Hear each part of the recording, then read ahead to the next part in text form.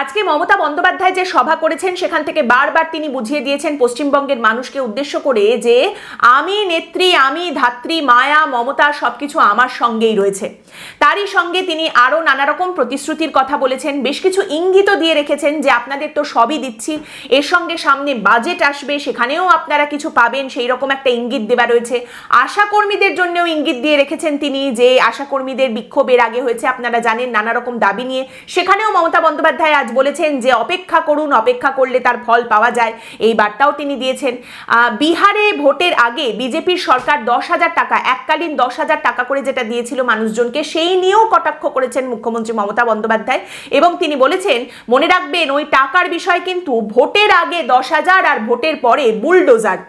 শেখার মতো অনেক কিছুই আছে মুখ্যমন্ত্রীর কাছ থেকে। মুখ্যমন্ত্রী মমতা বন্দ্যোপাধ্যায় আজ বলছেন যে ওরা টাকা পয়সা দিলে আপনারা নিয়ে নেবেন, কিন্তু টাকা পয়সাগুলো নিয়ে নেবেন, কিন্তু ভোটটা আমাকেই দেবেন।